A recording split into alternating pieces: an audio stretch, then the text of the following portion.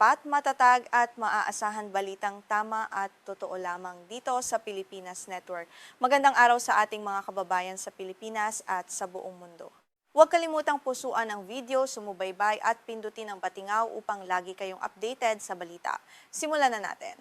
Lumalala pa ang krisis sa gitnang silangan matapos magkasunod na may ulat ang pagsabog ng dalawang tanker ng langis sa kipot ng Hormuz at ang pagkasawi ng isa pang sundalong Amerikano sa Iraq. Inihayag ng US Central Command o CENTCOM ang ikasiyam na magkakasunod na araw ng mga pag-atake mula sa himpapawid laban sa mga pasilidad at puwersa ng Iran, habang nagbabala naman ng Tehran na hindi naligtas ang pagdaan ng langis at gas sa rehiyon.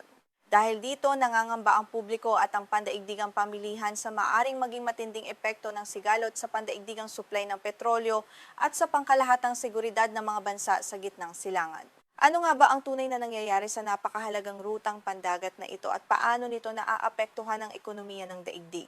Nagsimula ang panibagong serye ng mararahas na labanan noong huling bahagi ng Pebrero 2026 matapos masira at tuluyang bumagsak ang naunang pansamantalang kasunduan sa tigil putukan sa pagitan ng Estados Unidos at Iran. Nagpalitan ng matitinding pag-atake ang magkabilang panig sa nakalipas na mga linggo kung saan sinalakay ng Islamic Revolutionary Guard Corps o IRGC ang mga pasilidad ng Estados Unidos sa Jordan, Kuwait at Syria. Hindi rin nakaligtas ang ilang mahalagang infrastrukturang ginagamit ng mga sibilyan, kabilang ang isang pangunahing pasilidad sa Kuwait na nag-aalis ng alat sa tubig dagat. Nagdulot ito ng malaking pangamba sa supply ng tubig. Dahil sa pagkasira ng kasunduan, mabilis na lumawak ang sakop ng sagupaan mula sa mga pasilidad ng militar patungo sa mahahalagang infrastrukturang kailangan sa pang-araw-araw na pamumuhay ng mga tao. Ayon sa opisyal na pahayag ng Islamic Revolutionary Guard Corps noong Hulyo 20, 2026, dalawang tanker ng langis ang sumabog at hindi na makakilos matapos dumaan sa sinasabing mapanganib na rutang nasa timog ng kipot ng Hormuz. Inakusahan ng IRGC ang mga barko na pumasok sa bahaging umano'y may mga minang pandagat dahil sa panggigipit at maling paggabay ng militar ng Estados Unidos habang nagpapatrolya sa lugar. Bukod sa pahayag na ito ng Iran, nagkaroon din ng hiwalay na ulat mula sa UK Maritime Trade Operations o UKMTO tungkol sa isang nag-aapoy na barko sa layong humigit kumulang 8 milyang pandagat sa hilagang kanluran ng Kumzar, Oman. Ang magkakasunod na ulat na ito ay agad na nagdulot ng malaking pangamba sa mga kumpanyang may mga barkong naglalayag sa Persian Gulf. Binalaan ng IRGC ang buong mundo na mananatiling hindi ligtas ang pagdaan sa kipot para sa kahit isang patak ng langis o gas habang nagpapatuloy ang tinatawag nitong pananalakay ng Estados Unidos. Ipinapakita ng ganitong matinding banta ang layunin ng Iran na gamitin ang kontrol nito sa mga estratehikong daan ng pandagat bilang isang makapangyarihang sandata sa pakikipagdigma at pakikipagnegosasyon. Kapag hindi ligtas na makadaan ang mga komersyal na barko, direktang maaapektuhan ang pamamahagi ng enerhiya sa buong mundo, lalo na sa mga bansang lubhang umaasa sa inaangkat na langis mula sa gitnang silangan. Bakit nga ba napakahalaga ng kipot na ito sa daloy ng kalakalan at sa pang-araw-araw na presyo ng langis sa pamilihan? Mahalagang bigyang diin na ang ulat tungkol sa dalawang sumabog na tanker ay nagmula lamang sa pahayag ng Iran at wala pang malayang pagpapatunay mula sa Reuters, militar ng Estados Unidos o iba pang walang kinikilingang organisasyong pandagat. Tahasang itinanggi ng US Central Command ang pahayag ng Tehran at sinabing hindi totoo ang ulat na may dalawang tanker na sumabog matapos makatama ng mga minang nasa ilalim ng tubig sa kipot ng Hormuz. Kulang din ang mga opisyal na detalye kabilang ang pangalan ng mga barko, bansang pinagparehistruhan ng mga ito at tunay na kalagayan ng kanilang mga tripulante. Dahil dito, mahalagang patuloy na suriin at balansehin ang mga impormasyong lumalabas mula sa magkabilang panig habang nagpapatuloy ang tensyon sa rehiyon. Sa kabila ng mga itinatangging ulat, sinabi ni kalihim ng Estado ng Estados Unidos na si Marco Rubio na magpapatuloy ang mabilis at matinding pagkilos ng kanilang bansa upang protektahan ang mga pandaigdigang rutang pandagat sa kipot ng Hormuz habang patuloy umanong inaatake ng Iran ang mga barko. Ipinapakita ng pahayag na ito ng pinakamataas na diplomat ng Estados Unidos ang matatag na paninindigan ng Washington na hindi nito hahayaang maharangan ng isa sa pinakamahalagang daan ng pandagat sa buong mundo. Para sa Estados Unidos, ang pananatiling bukas at ligtas ng kipot ay mahalaga sa pambansang seguridad nito at sa katatagan ng pandaigdigang ekonomiya. Ang anumang pagkaantala sa rutang ito ay maaaring magdulot ng sunod-sunod na epekto sa mga pamilihan sa buong mundo. Inihayag din ng US Central Command na naglunsad ito ng panibagong bugso ng mga pag-atake mula sa himpapawid upang pahinain ang kakayahan ng Iran na umatake sa mga komersyal na barko. Gayunman, sinabi nitong nananatiling bukas ang Estados Unidos sa isang diplomatikong solusyon. Ang ikasiyam na magkakasunod na araw ng operasyong militar ay nakatuon sa pagwasak sa mga himpilan ng radar at mga pasilidad na ginagamit sa pagpapakawala ng mga misil at eroplanong walang piloto ng Iran. Bagaman nagpapatuloy ang matinding pambobomba mula sa himpapawid, ang pagbanggit ng Estados Unidos sa posibilidad ng diplomasya ay nagpapakitang sinusubukan pa rin itong maiwasan ng isang ganap at hindi na mapipigilang malawakang digmaan sa rehiyon. Sa kabila ng patuloy na mga operasyon sa himpapawid, nananatiling napakataas ng panganib para sa mga sundalo sa lupa, lalo na sa mga kasapi ng Explosive Ordnance Disposal o EOD. Isang sundalong Amerikano ang namatay at isa pa ang nasugatan noong Hulyo 80 sa Loma, 2026 habang sinusubukang gawing ligtas ang isang hindi pa sumasabog na warhead mula sa isang nabagsak na eroplanong walang piloto ng Iran sa Hilagang Iraq. Ang pampasabog ay nagmula sa isang eroplanong walang piloto na idinisenyong sumabog sa target.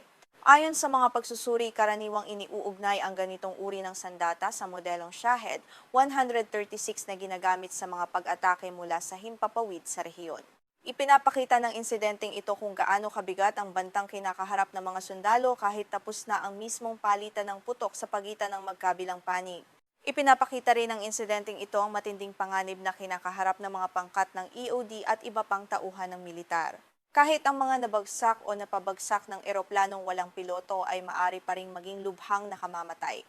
Ang kontroladong pagpapasabog ng mga sandatang hindi pa sumasabog or UXO ay isang maingat na paraan ng pagpapasabog sa mga ito sa ligtas na lugar.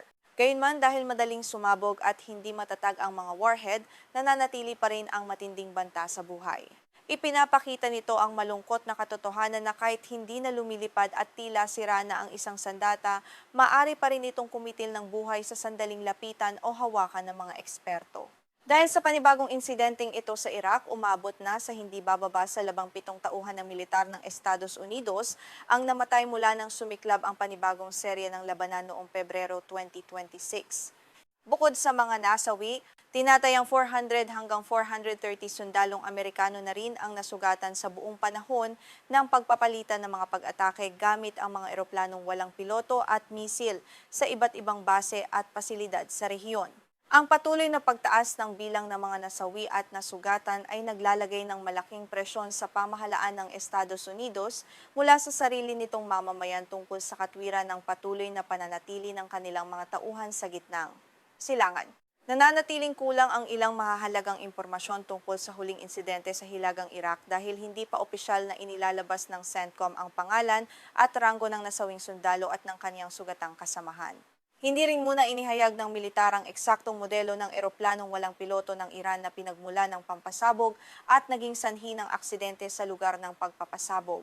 Karaniwang hindi muna inilalabas ang ganitong mga detalye sa unang bahagi ng investigasyon upang maabisuhan ng maayos ang mga pamilya ng mga biktima at maiwasan ang pagkalat ng sensitibong impormasyong militar habang mainit pa ang sigalot sa rehiyon. Ang kipot ng Hormuz ay itinuturing na pinakamahalagang makipot na daanan ng langis sa dagat sa buong mundo. Iniuugnay nito ang mga bansang gumagawa ng langis sa Persian Gulf sa pandaigdigang pamilihan. Humigit kumulang 20 milyong bariles ng langis bawat araw ang dumaraan sa makipot na daanang ito. Katumbas ito ng halos 20 hanggang 25% ng pandaigdigang kalakalan ng langis sa pamamagitan ng dagat at halos 20% ng pandaigdigang pagluluwas ng likidong likas na gas.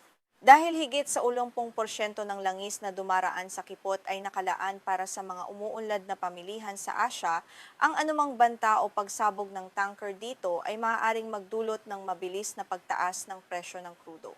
Ang banta ng mga minang nasa ilalim ng tubig at mga pag-atake gamit ang eroplanong walang piloto ay nagtutulak sa maraming kumpanya ng pagpapadala na pansamantalang ihinto ang pagdaan o gumamit ng mas mahahabang ruta sa paligid ng Afrika. Dahil sa pagbabago ng ruta ng mga barko at sa biglaang pagtaas ng panganib sa paglalayag sa kipot, mabilis ding tumataas ang gasto sa kargamento at sigurong pandagat para sa mga barkong may dalang kargamento at langis. Ang pagpatong ng mga karagdagang gasto sa transportasyon at seguridad ay lumilikha ng biglaang pagtaas ng presyo sa mga pandaigdigang pamilihan ng petrolyo. Dahil dito, ang presyo ng Brent crude oil ay umakyat mula sa dating 70 hanggang 80 dolyar bawat bariles, patungong mahigit 90 hanggang 120 dolyar bawat bariles sa loob lamang ng maikling panahon. Ang ganitong mabilis na pagtaas ng presyo ng enerhiya ay may malawak na epekto sa pandaigdigang daloy ng supply, inflasyon at mga hakbang na ginagawa ng mga bangko sentral sa buong mundo. Para sa atin dito sa Timog Silangang Asya, ang pagtaas ng pandaigdigang presyo ng langis ay direktang magpapamahal sa gasolina, diesel at mga pangunahing bilihin sa Pilipinas. Dahil inaangkat ng Pilipinas ang mahigit 95% ng pangangailangan nito sa petrolyo, ang pagtaas ng panrehiyong batayan ng presyo tulad ng Min of Platts Singapore o MOPS at ang paghina ng piso laban sa dolyar ay agad na nagpapataas sa gastos sa pag-aangkat ng bansa. Mabilis itong nararamdaman ng mga lokal na driver at mamimili sa mga himpilan ng gasolina sa pamamagitan ng sunod-sunod na lingguhang pagbabago sa presyo ng petrolyo. Bilang patunay sa matinding epekto nito sa ekonomiya ng bansa, ipinatupad sa mga lokal na himpilan ng gasolina ang malalaking pagtaas ng presyo noong Hulyo 2026. Tumaas ang diesel ng hanggang 10.68 piso bawat litro, samantalang tumaas naman ang gasolina ng 3.68 piso bawat litro. Ang magkakasunod na pagtaas na ito ay nagtulak sa presyo ng petrolyo sa Metro Manila sa nakababahalang antas na 90 hanggang 100 piso bawat litro. Ang ganitong pagmahal ng gasolina at diesel ay nagdudulot ng inflasyong nagmumula sa pagtaas ng gastos sa operasyon, transportasyon at pamamahagi ng mga produkto. Dahil dito, tumataas din ang presyo ng mga pangunahing bilihin tulad ng bigas, gulay at karne.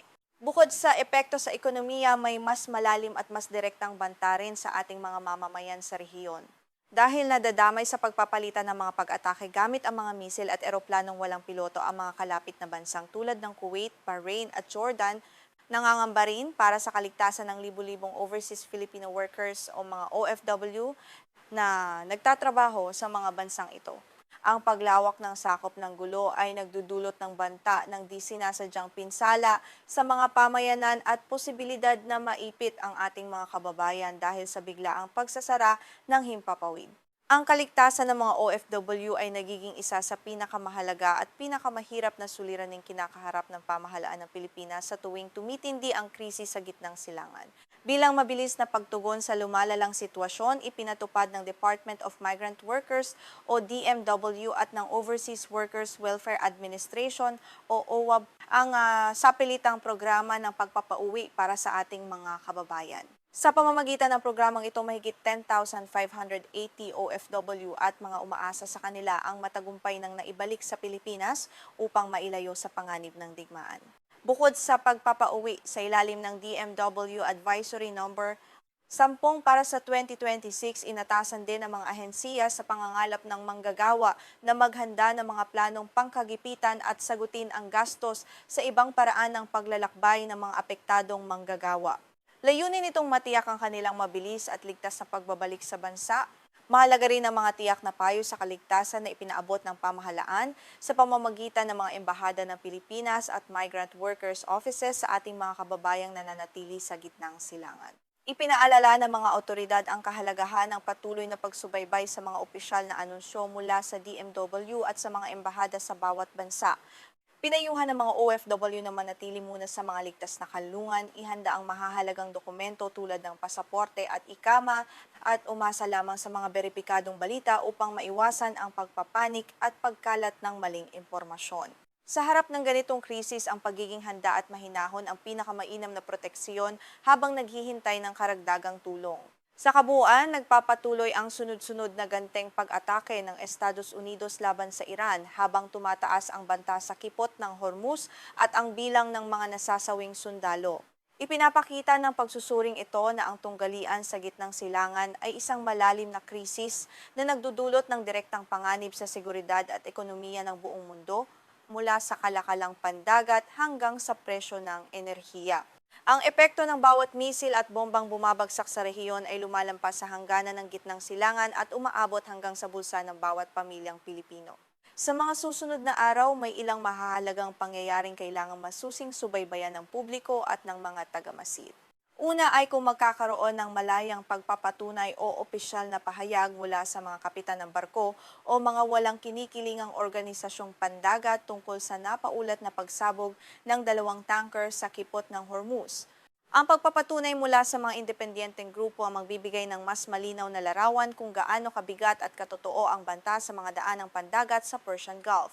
Pangalawa, mahalaga ring abangan kung magkakaroon ng panibagong diplomatikong negosasyon para sa isang kasunduan sa tigil putukan o kung magpapatuloy ang araw-araw na pagpapalitan ng mga pag-atake mula sa himpapawid at mga ganting.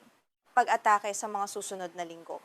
Para naman sa ekonomiya ng Pilipinas, kailangang bantayan ang mga susunod na hakbang ng Department of Energy o DOE tungkol sa pamamahagi ng tulong pinansyal para sa gasolina.